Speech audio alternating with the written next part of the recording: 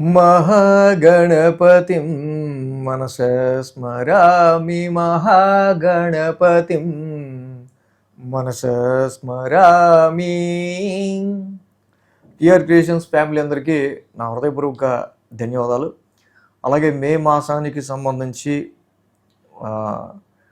మాస ఫలితాలు ద్వాదశ రాసుల వారికి ఏ విధంగా ఉండబోతున్నాయి ఏంటి అనేది చూసే ముందు మేజర్ ఈవెంట్స్ మేలో మనకు చూస్తే కనుక 15 మహాశివరాత్రి ఉంది. సో అలాగే 25 రోహిణీ కార్తె, తెలుసుగా రోహిణీ కార్తెకి ఎండలు ఎలా ఉంటాయి అనేది. సో 25 నుంచి రోహిణీ కార్తె స్టార్ట్ అవుతూ ఉంది మనకి మే 25 నుంచి. సో అలాగే ఈ నెల మనం చూసినట్టయితే కనుక మే మాసం 4 మాస గ్రహాలు కూడా స్థాన మార్పులు జరుగుతూ ఉన్నాయి. మే 11 వరకు కుజుడు ఆయన మీన రాశిలో శనితో యుతి చెంది ఉన్నారు. మే 11 నుంచి ఆయన స్వక్షేత్రమైన మేషరాశిలోకి వస్తున్నారు. రవి కూడా మే 15 వరకు ఉచ్చులో ఉంటారు. ఆ తర్వాత రవి కూడా వృషభ రాశిలోకి సంచారం చేస్తూ ఉన్నారు. మే 15 వరకు మిథున రాశిలో ఇక్కడ వృషభ రాశిలో స్వక్షేత్రంలో ఉన్న శుక్రుడు మే 15 నుంచి మళ్ళీ మిథున రాశికి మారుతూ ఉన్నారు. అలాగే మే 15న వృషభంలో బుధుడి యొక్క సంచారం కూడా మారుతూ ఉంది.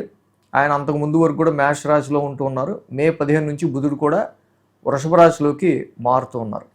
కుజ, రవి, శుక్ర, బుధులు మాసగ్రహాలు 4 కూడా, అంటే మే మాసంలో 3-4 వారాలు చాలా చేంజెస్ని తీసుకురాబోతున్నాయి అన్ని రాశుల వాళ్ళకి అనేది మాత్రం మనకు అర్థమవుతూ ఉంది మాసగ్రహాల మార్పు వల్ల. సో అలాగే శని మీన రాశిలో ఆయన గోచారంలో ఉంటూ ఉన్నారు. రాహు కూడా కుంభరాశిలో లాంగ్ రన్గా గోచారంలో ఉంటూ ఉన్నారు.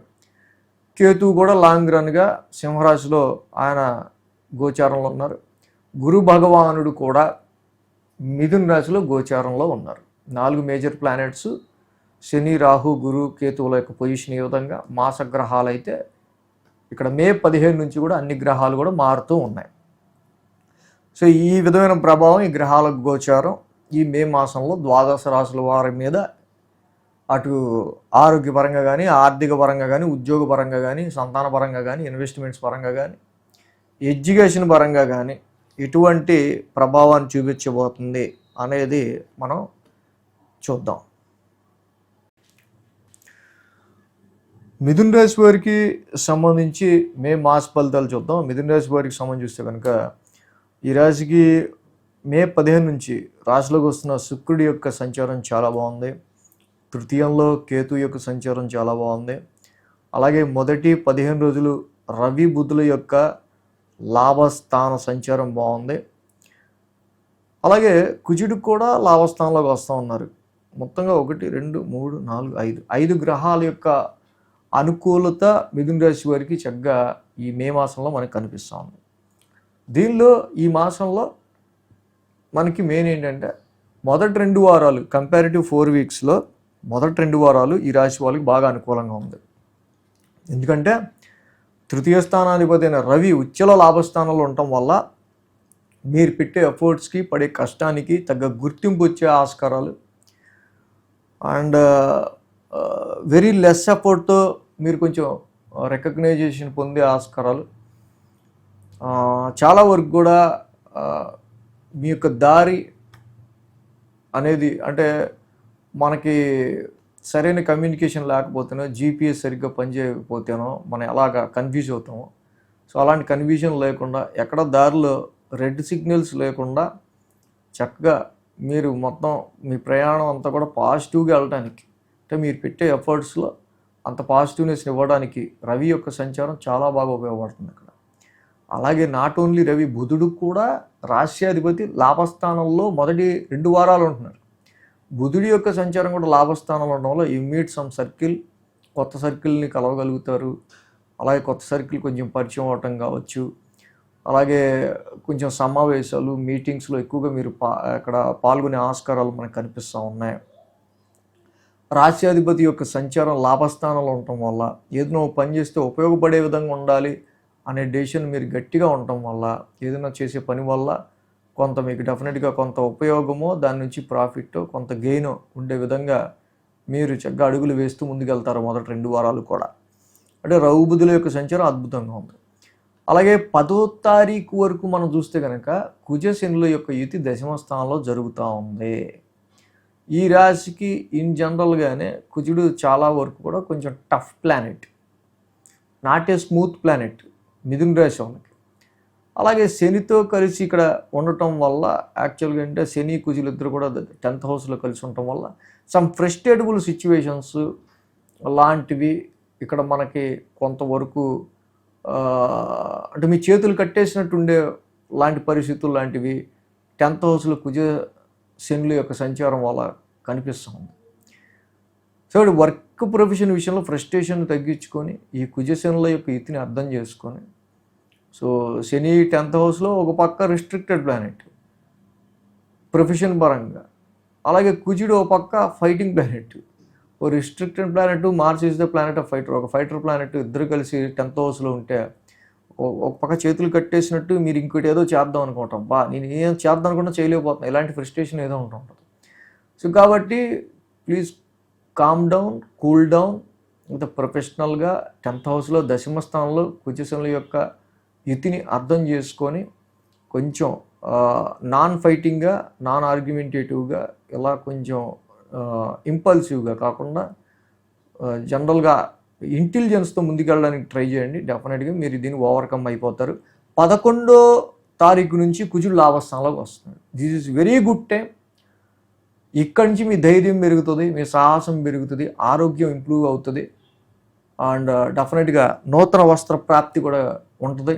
11వ తారీఖు తర్వాత you will win over your enemies. శత్రువుల వల్ల లాభపడే ఆస్కారాలు కనిపిస్తాయి. కాబట్టి 11వ తారీఖు వరకు కొంచెం ఇరిటేషన్ ఉన్నా, ఫ్రస్ట్రేషన్ ఉన్నా, 11 నుంచి మాత్రం కుజుడి యొక్క సంచారం అద్భుతమైన రిజల్ట్స్ లాభస్థానంలో స్వక్షేత్రంలో ఉండటం వల్ల ఇవ్వబోతున్నాడు. అదే సమయంలో మే 15 నుంచి మళ్ళీ రవి బుధులు ఇద్దరు 1000 స్థానంలోకి వస్తారు. సో రావటం వల్ల ఇక్కడ రాశ్యాధిపతి 1000 స్థానంలో ఉండటం కొంచెం ఆరోగ్య పరిస్థితులకు సంబంధించో, కొంచెం డైలీ షెడ్యూల్ పెరగటం వల్ల, డైలీ రొటీన్ సరిగ్గా మెయింటైన్ చేయలేకపోవడం వల్ల, హెక్టిక్ స్ట్రెస్ వల్ల, సో ఈ విధంగా మళ్ళీ కొంచెం కష్టం పెరగటం వల్ల, దీనివల్ల కొంచెం మీరు కొంచెం స్ట్రెస్ఫుల్గా ఫీల్ అయ్యే ఆస్కారాలు మే 15 నుంచి కనిపిస్తూ ఉన్నాయి. సో మొదటి 2 వారాల్లో ఎనీ ఇంపార్టెంట్ వర్క్స్ మీరు చక్కగా చేసుకుంటా ప్రొఫెషన్ పరంగా నేను చెప్పిన విషయాల్లో దూకుడుతనం కాకుండా ఇంటెలిజెన్స్తో ముందుకెళ్తూ ఉండడానికి ట్రై చేయండి, చాలా మంచిది.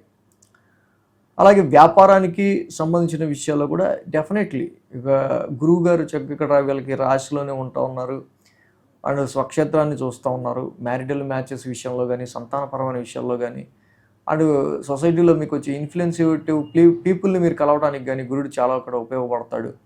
సో వ్యాపార పరంగా అలాగే వైవాహిక జీవితం పరంగా కూడా అంత పెద్ద డిస్టర్బెన్సెస్ రాకుండా గురుడు చూస్తున్నాడు. ఇక్కడ రాశిలోకి శుక్రుడు యొక్క సంచారం మే 15 నుంచి, అంతకుముందు వరకు కూడా ఆయన కూడా 1000 స్థానంలోనే ఉంటున్నాడు.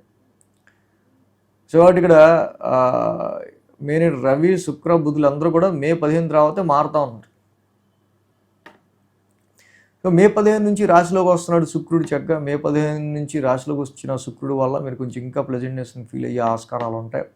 మీ సంతానంతో మీరు ఎంజాయ్ చేసే ఆస్కారాలు ఉంటాయి. చక్కగా పిల్లలతో ఆడుకోవచ్చు. అలాగే ఇన్వెస్ట్మెంట్స్ విషయాల్లోనూ, లవ్ లైఫ్ విషయానికి సంబంధించిన విషయాల్లో కొంత పాజిటివ్ రిజల్ట్స్ని మీరు పొందే ఆస్కారాలు కూడా మనకి మే 15 నుంచి కనిపిస్తూ ఉన్నాయి. సో ఓవరాల్గా ఈ రాశి వాళ్ళకి ఏదైతే మే 15 తర్వాత నుంచి వ్యయంలోకి వస్తున్న రవి కావచ్చు, బుధుడు కావచ్చు, ఈ 2 గ్రహాల వల్ల మీకు మెయిన్ ఇంపాక్ట్గా ఉంది. సో జనరల్గా అయితే ఏంటంటే మే 15వ తారీఖు తర్వాత నుంచి కేజింపావు గోధుమలు, ఒక రెడ్ క్లాత్, ఆదివారం పూట శివాలయంలో అభిషేకం చేసుకుని దానం ఇస్తే మంచిది. అలాగే బుధుడికి కూడా చక్కగా కేజింపావు పెసలు, ఒక గ్రీన్ క్లాత్, రాశ్యాధిపతి కాబట్టి ఆరోగ్య సమస్యలు రాకుండా బుధవారం పూట వినాయకుడి గుళ్ళో అర్చన చేసుకుని, అభిషేకం చక్కగా చేసుకుని, అర్చన చేసుకుని అక్కడ దానం ఇచ్చుకుంటే మంచిది. కాబట్టి ఈ రవి బుధుల యొక్క స్థాన సంచారం మారడం వల్ల ఏ వీక్లో మీకు ఎక్కువ ఈ ఖర్చులు కావచ్చు, ఇలాంటి స్ట్రెస్ కావచ్చు ఉండొచ్చు.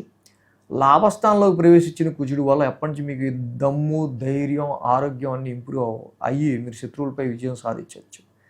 ఇవి మనం వీక్లీ ఫాలో అయితే ఇంకా బాగా తెలుస్తాయి. ఆ పర్టిక్యులర్ వీక్లో ఏ రెమెడీ ఫాలో అయితే ఇంకా బాగుంటుందని ఇంకా బాగా తెలుస్తుంది మీకు. కాబట్టి మిథున రాశికి యాక్చువల్గా ఈ విధమైన పరిస్థితులు మనకి కనిపిస్తున్నాయి. అలాగే ఎడ్యుకేషన్కి సంబంధించిన విషయాల్లో కూడా any decision making first 2 weeks అయితే very good. So thanks for watching TR Creations. ధన్యవాదాలు. ఈ వీడియో కనుక మీకు నచ్చినట్లయితే లైక్ చేయండి, షేర్ చేయండి. మరిన్ని అప్డేట్స్ కోసం సబ్స్క్రైబ్ చేయడం మాత్రం మర్చిపోకండి.